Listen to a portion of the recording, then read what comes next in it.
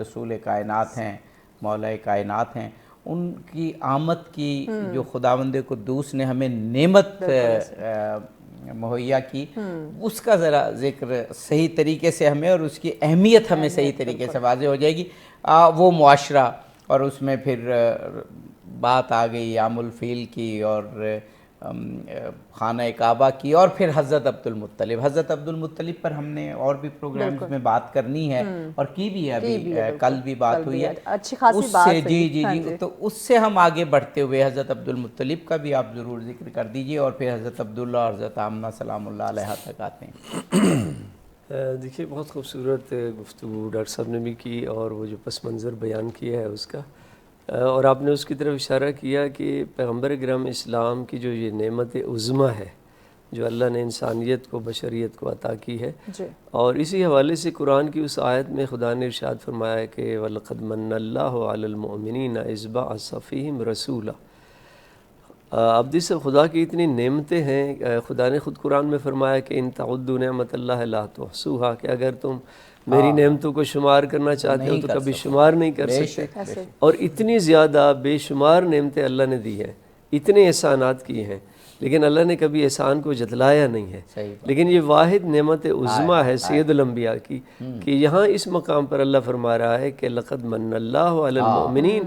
کہ اللہ نے ان مومنوں پر جو سب سے بڑا احسان کیا ہے وہ یہ ہے کہ اذ بعث فیہم رسولا، کہ اس میں محمد جیسی شان والا ایک رسول بھیجا ہے۔ اور پھر اس سے بڑھ کر وہ سورہ جمعہ کی جو دوسری آیت ہے جس میں خدا نے ارشاد فرمایا هو الذی بعث فی الامیین رسولا منہم یتلو علیہم آیاتہ ویزکیہم ویعلمہم الکتاب والحکمہ۔ ہمارے ہاں، ہماری سوسائٹی میں، معاشرے میں، ہمارے ہاں مروجہ اور اصول یہ ہے کہ جو بڑے رتبے والا ہے، مرتبے میں جو بڑا ہو، اس کے ذریعے چھوٹے رتبے والے کا تعارف ہوتا ہے۔ اور لیکن اللہ نے جب اس آیت میں اللہ نے سید الانبیاء کا تعارف نہیں فرمایا، بلکہ اللہ اپنا تعارف فرما رہا ہے کہ میں اللہ وہ ہوں جس نے محمد جیسی شان والا رسول بھیجا ہے، اور یہ سید الانبیاء کی عبودیت کی معراج ہے کہ عبد اس مقام پر پہنچ جاتا ہے کہ معبود جو ہے وہ اپنا تعارف عبد کے ذریعے فرماتا ہے۔ کیا بات ہے! اور خدا فرما رہا ہے کہ میں اللہ وہ ہوں جس نے محمد جیسی شان والا رسول بھیجا ہے۔ تو میرے خیال میں، اور پھر اس کے ساتھ ساتھ میں تو کہتا رہتا ہوں کہ پورا قرآن جو ہے حقیقت میں قصیدہ خوان ہے سید الانبیاء کا، اور وہ جو حدیث کے جملے ہیں کہ کانا خلقہ القرآن، کہ سید الانبیاء کا اخلاق دیکھنا ہو تو قرآن کا مطالعہ کیجئے، اور مجسم قرآن، حقیقت قرآنی وہ سید الانبیاء کی شکل میں نظر آئے گی۔ اور یہاں تک کہ اللہ نے آپ کو بولتا ہوا دیکھا تو خدا نے آیت اتار دی وَمَا يَنْطِقُ عَنِ الْهَوَىٰ إِنْ هُوَ إِلَّا وَحْيٌ يُوحَىٰ، کہ اے محمد یہ آپ نہیں بول رہے ہو، یہ میں اللہ بول رہا ہوں۔ اور جب رسول کنکر پھینکتا ہے تو خدا فرماتا ہے وَمَا رَمَيْتَ إِذْ رَمَيْتَ، اے مصطفیٰ یہ آپ نے پتھر نہیں پھینکا، یہ ہم نے پھینکا ہے۔ تو جس سید الانبیاء کے ہر عمل اور فعل کو اللہ اپنا فعل کہتا ہے، اسی سے واضح ہو جاتا ہے کہ ان کا مقام کیا ہے، ان کی شان کیا ہے۔ اور جو آپ بات کر رہے تھے کہ یہ کیسا عظیم خاندان ہے، اور پھر حضرت آمنہ بنت وہب اور حضرت عبداللہ،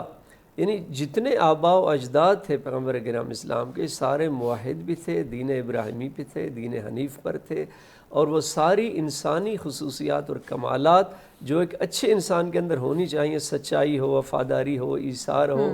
خدمت گزاری ہو، یہ ساری صفات ان میں پائی جاتی تھی۔ حضرت عبداللہ کا تو کردار تاریخ میں ملتا ہے کہ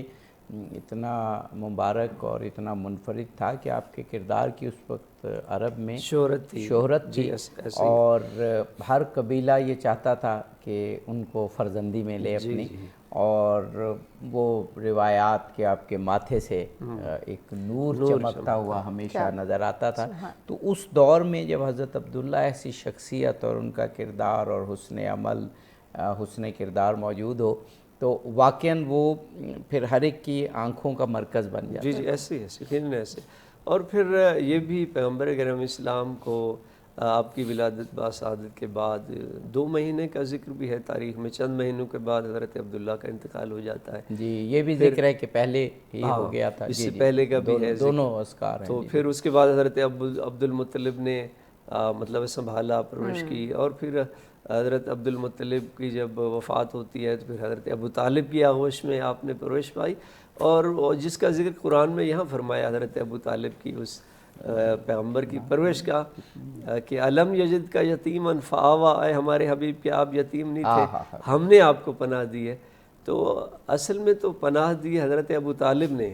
تو حضرت ابو طالب کے اس عمل کو اللہ اپنا عمل کہہ رہا ہے۔ سبحان اللہ۔ تو جس کے عمل کو اللہ اپنا عمل کہہ دے وہ یا اللہ کا نبی ہوتا ہے یا اللہ کا ولی ہوتا ہے۔ سبحان اللہ۔ تو یہ حضرت ابو طالب کی عظمت اور شان ہے کہ وہ جو مشکل مصائب کا دور تھا، شیب ابی طالب کا زمانہ ہو، جو سوشل بائیکاٹ ہوا عالم اسلام کا، مسلمانوں کا، اور ان مشکل حالات میں حضرت ابو طالب نے جس طرح سے پیغمبر کو سہارا دیا ہے، اور نہ صرف بھتیجا سمجھ کے بلکہ اللہ کا دین سمجھ کے، آخری نبی سمجھ کے، اور اپنی اولاد سے بھی زیادہ عزیز رکھا ہے۔ اور وہ آپ جانتے ہیں تاریخ میں کہ کئی مرتبہ ایسا ہوتا تھا کہ حضرت محمد صلی اللہ علیہ وسلم کو بستر تبدیل کرتے تھے حضرت ابو طالب علیہ السلام، اور دشمنوں سے تو قربانی اور اثار کی لازوال مثالیں ہیں، داستان ہے۔ تو یہ حقیقت میں حضرت ابو طالب کی، حضرت عبد المطلب کی جو خدمات ہیں اسلام کے لیے، آج اگر پیغمبر کرام اسلام کا یہ دین مبین اگر اس طرح سے پوری دنیا میں پھیلا ہوا ہے تو اس کی بنیاد رکھنے والے لوگ وہ ہیں کہ جن میں حضرت عبد المطلب میں حضرت ابو طالب ہیں، اور ان کی قربانیاں ہیں، اور ان کی وہ جذبہ ہے کہ جس کے نتیجے میں یہ آج دنیا پھیلا ہوا ہے۔ بے شک رسول پاک نے جس گھرانے میں پرورش پائی، حضرت عبد المطلب ہوں، حضرت ابو طالب ہوں، اس پاکیزہ کردار کا جو پس منظر ہے وہ رسول پاک لے کر آئے۔ ڈاکٹر صاحب، اب ہم جو تہذیبوں کی بات کر رہے تھے اور آپ نے سلطنت روما کے نمائندگی کے طور پر یہ ابراہہ کا سارا واقعہ پس منظر میں پیش کیا، اب آپ نے خود فرمایا کہ یہ اتفاق نہیں ہوتا بلکہ رب کی مشیت ہوتی ہے۔ پھر روایات کے مطابق اسی عام الفیل میں، یعنی اسی سال میں رسول پاک کی ولادت بھی ہوتی ہے، گویا کڑیاں حضرت ابراہیم سے شروع ہو کر اور یہاں پر مل رہی ہیں۔ دیکھیے، تاریخ کی بیشتر کتابوں میں، اور اگر میں یہ کہوں کہ اکثر کتابوں میں یہ بات موجود ہے کہ ادھر عام الفیل ہوا، اور اتنا بڑا واقعہ تھا کہ جس کو تمام عرب نہ صرف اس کو مان کر، اس کو دیکھ کر اللہ تعالیٰ کی ربوبیت اور اللہ تعالیٰ کی وحدانیت پر وہ دوبارہ سے واپس مڑ گئے، اور روایات میں ہے کہ کم و بیش 10 برس تک شرک ختم ہو گیا۔ اور ڈاکٹر صاحب اتنا واضح ہے کہ قرآن کی پوری صورت ہے، اگر خدا نہ خواستہ اس میں ذرا برابر بھی شک ہوتا تو فوراً کہتے کہ بھئی یہ سورہ کہاں سے آگے، کہاں سے آگے بالکل۔ اچھا، شرک ختم ہو گیا، گویا کہ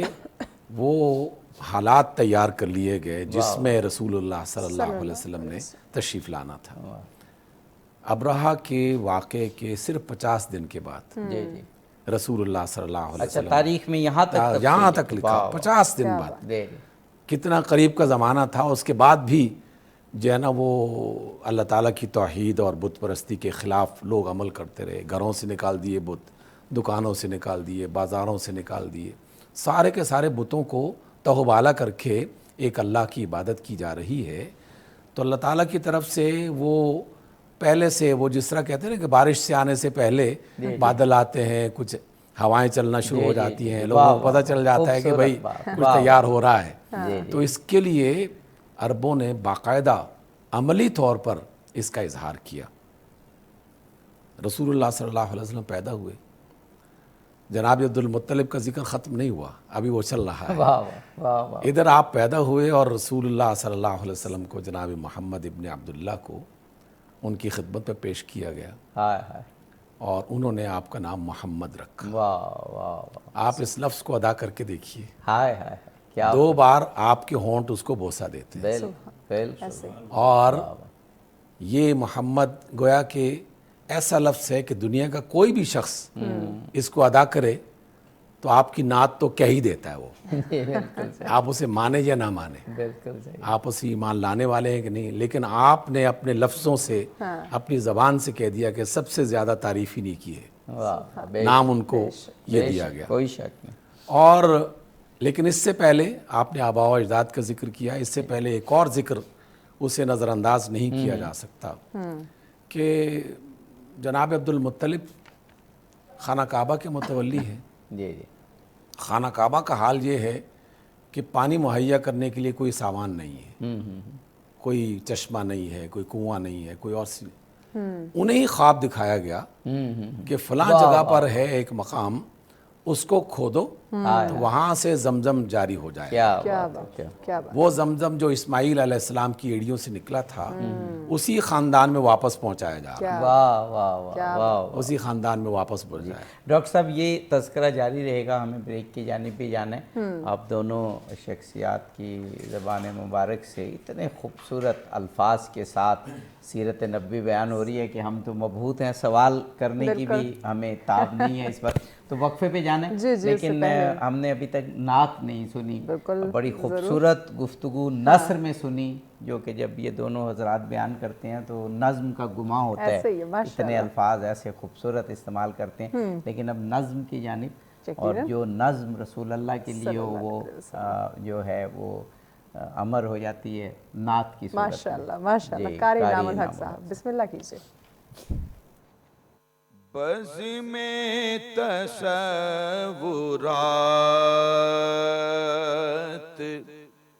سجی تھی ابھی ابھی، بزم تصورات سجی تھی ابھی ابھی، نظروں میں مصطفیٰ کی گلی تھی ابھی ابھی، نظروں میں مصطفیٰ کی گلی تھی ابھی ابھی، اتنا کرم ہوا کہ مقدر سنور گئے، اتنا کرم ہوا کہ مقدر سنور گئے، ان کے کرم کی بات چلی تھی ابھی ابھی، ان کے کرم کی بات چلی تھی ابھی ابھی، آنکھوں میں مصطفیٰ کی گلی تھی ابھی ابھی، سینے میں رک گیا تھا میرا دم اسی لیے، سینے میں رک گیا تھا میرا دم اسی لیے، طیبہ سے دل کی ڈور ہلی تھی ابھی ابھی، طیبہ سے دل کی ڈور ہلی تھی ابھی ابھی، بزم تصورات سجی تھی ابھی ابھی، نظروں میں مصطفیٰ کی گلی تھی ابھی ابھی. ناظرین بریک کی جانب بڑھنا، بریک کے بعد اپنے مہمانوں سے گفتگو کے سلسلے کو آگے بڑھائیں گے، ساتھ رہیے گا. ویلکم بیک ناظرین، آپ دیکھ رہے ہیں سچ سویرے اسپیشل ٹرانسمیشن اشرا رحمت للعالمین صلی اللہ علیہ وسلم. آج کا ٹاپک بلکہ پورا اشرا، یہ ڈیلی کے جو ہمارے موضوعات ہیں کیا یہ خوبصورت ہے، اور پھر جب گفتگو کی بات آتی ہے، مہمانوں کی بات آتی ہے تو یقیناً ٹاپک کا حق ادا ہوتا ہے اور بہت کچھ سیکھنے کا موقع بھی مل رہا ہے. تو ضرور میں چاہوں گی کہ عابدی صاحب ڈسکشن کو آگے بڑھائیں، لیکن ایک دفعہ مہمانوں کا تعارف پھر سے کروا دیجیے. جی جناب مولانا اصغر عسکری صاحب، ہمارے جانے پہچانے مانے ہوئے عالم دین، اور بہت ہی لائٹ انداز میں، شگفتہ انداز میں، پولائٹ وے میں، جی بہت خوبصورتی سے حقائق اور معارف بیان کرتے ہیں ماشاءاللہ۔ اور دوسرے مہمان تو ہمارے بہت ہی محبوب شخصیت جناب بالکل بالکل اچھے پروفیسر ڈاکٹر حبیب الرحمان عاصم صاحب، اور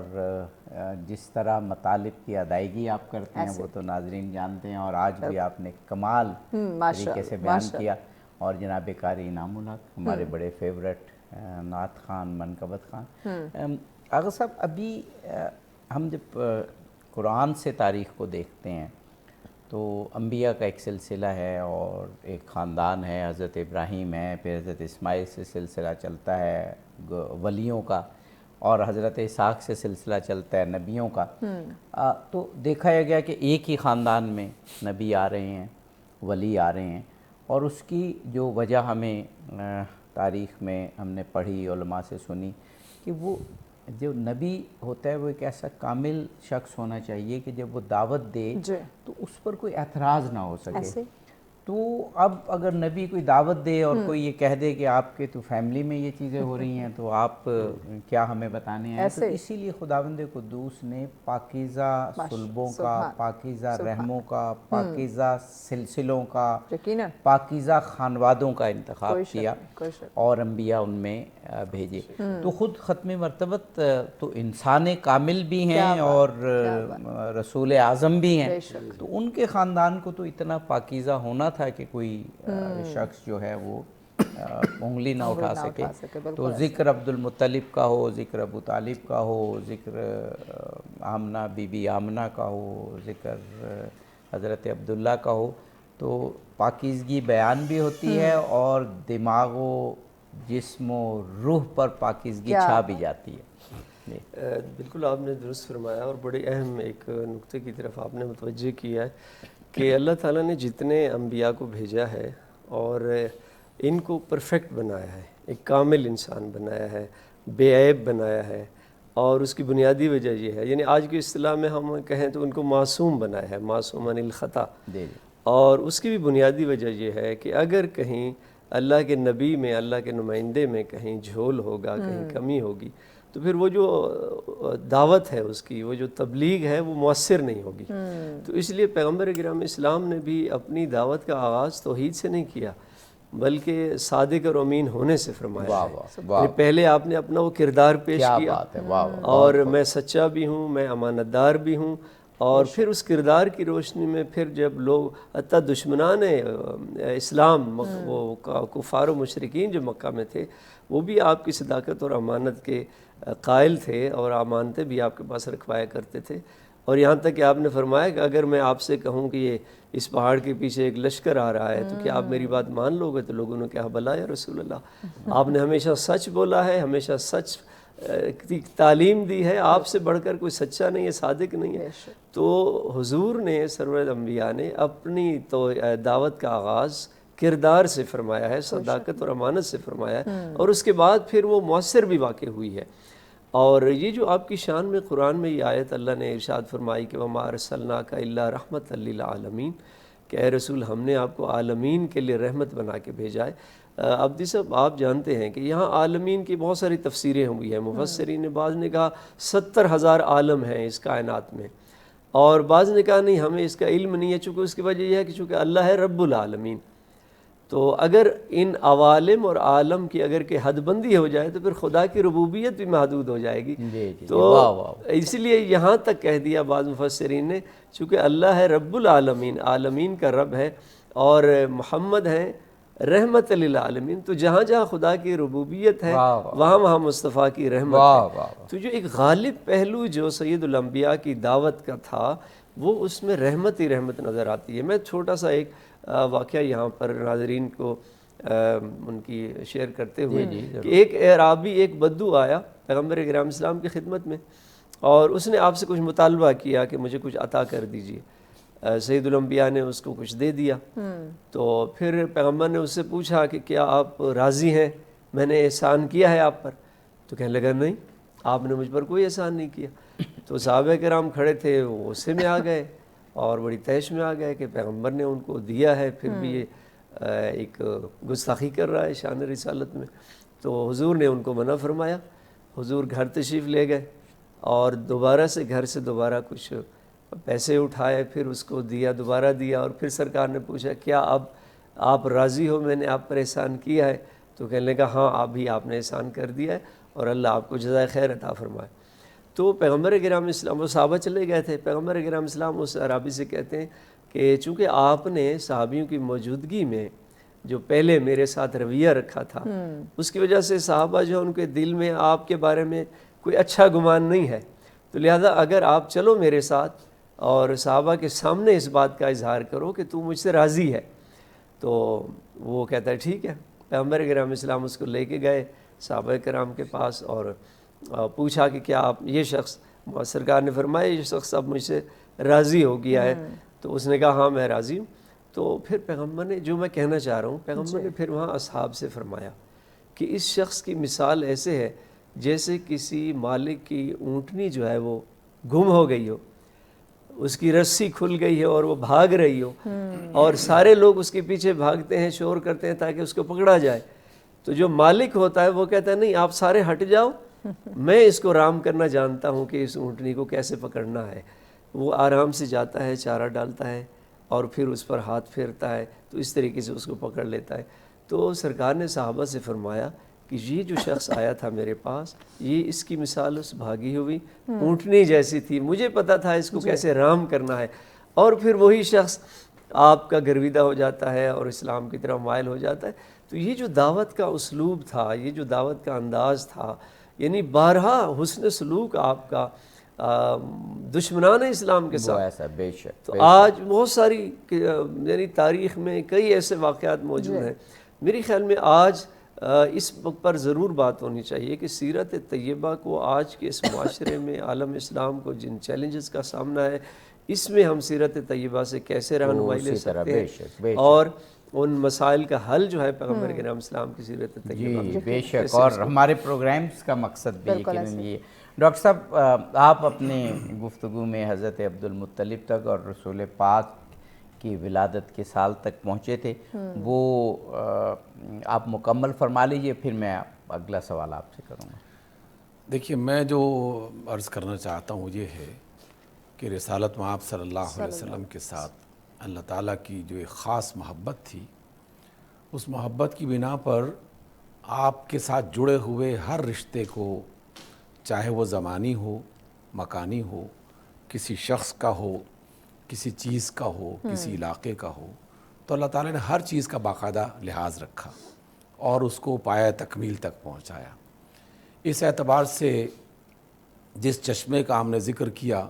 جناب عبد المطلب یعنی خاندان رسول صلی اللہ علیہ وسلم تک اسے پہنچایا, تو یہ صرف چشمے کی بات نہیں تھی, بلکہ ہر وہ کام جسے اللہ نے اپنی بارگاہ میں قبول کیا تھا, وہ کسی نہ کسی شکل میں آپ صلی اللہ علیہ وسلم کے ساتھ وابستہ جو افراد تھے, قریبی لوگ تھے, ان کے اندر بھی اسے تازہ کیا گیا. جناب عبد المطلب نے کنواں کھودا, ایک اکیلا بیٹا تھا, حارث ان کا نام تھا.